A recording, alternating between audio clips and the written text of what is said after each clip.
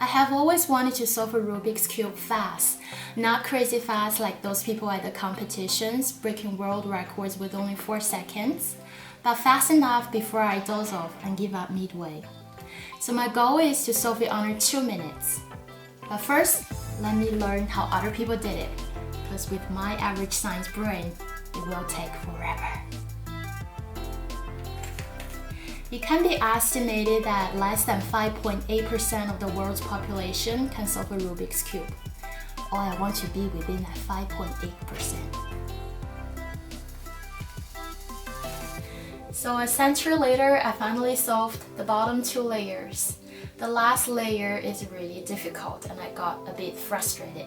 So let me share some interesting facts with you about the Rubik's Cube. It was originally named the Magic Cube. It was invented by a 30-year-old professor in Hungary in 1974.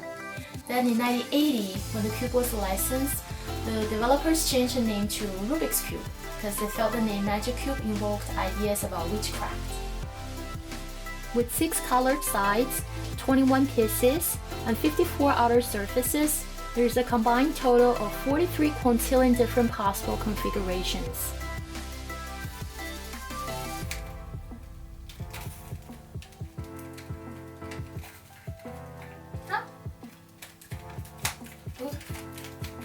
Let's go. Yay! I finally solved it after an hour and a half and with a lot of help from YouTube. That's day 1. I just watched the video of a very cute 3-year-old Emily solving the cube in under 3 minutes. I started to doubt my intelligence. But her dad's explanations on solving the cube were so far the easiest to understand on YouTube, so I'm gonna follow his method and hopefully I'll be able to solve it faster.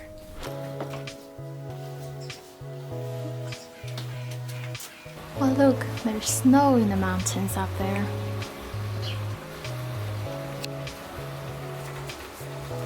I wrote down all the steps and all the algorithms I need to solve it.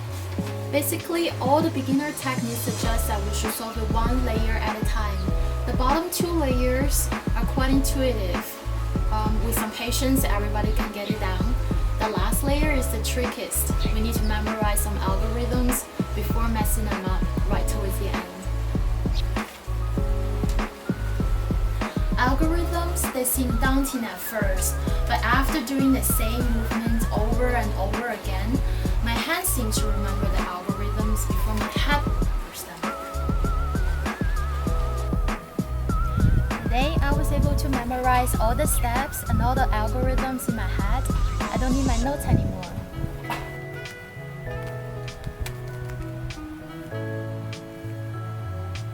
So today, it takes me about 15 minutes to solve it. I still need to think and pause a lot of times, and my movement is quite slow.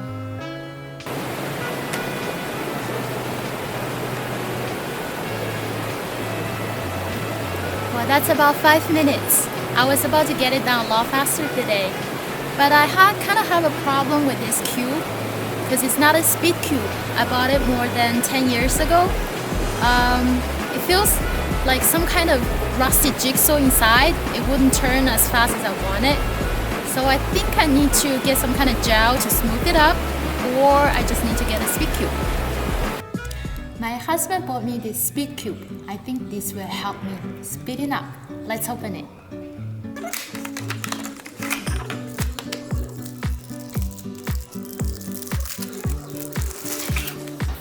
Now let's give it a try.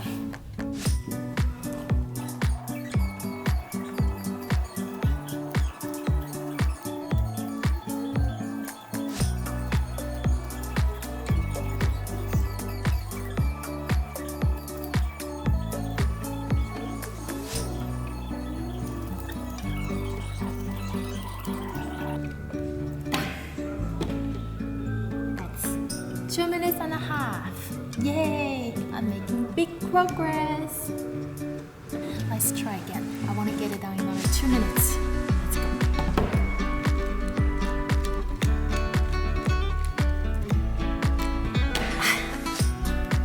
2 minutes and 5 seconds. I am Nearly there. Let's try one last time.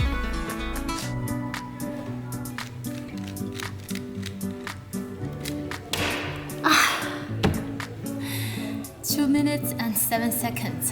I think I'm stuck here. I'm gonna take a break.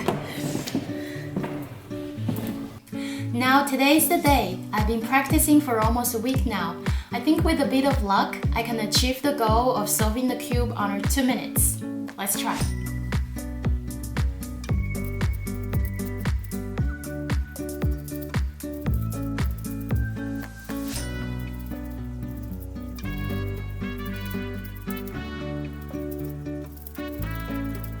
Done.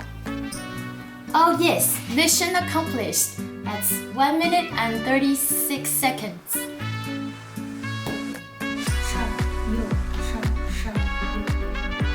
看，上面是不是对啦？然后你找只有一面是颜色一模一样，把它转出来。对啦。然后我们把这一面放哪儿呢？才是最后一个步骤。好啦，这么厉害！我把都弄坏了，会不会？叽叽好棒！ So based on my experience of learning to solve the cube this week, I came up with 5 tips if you want to try as well. First, get a speed cube. I first started the project with an old hard turning cube. It's only towards the end of the week that I changed it with the speed cube. This shortened my solving time dramatically. So my advice, get a speed cube from day one. This will make the practice much more effective. Second, be patient. Especially the first time you try to solve the cube, there are a lot of steps you need to follow before you can solve it. So just be patient, get a cup of coffee and take your time.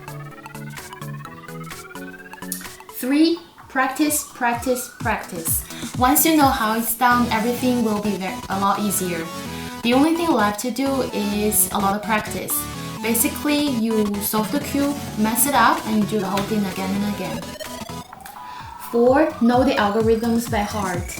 No matter what methods you decide to go with, there are always a few algorithms to remember. So, well, I first wrote them down to help me practice, and then after some time, I was able to execute them with just my hands memory and without having to think of its notation. 5, and the last tip is look ahead. When I first started, I spent a lot of time looking for the next piece and pondering over the right algorithm and from what angle.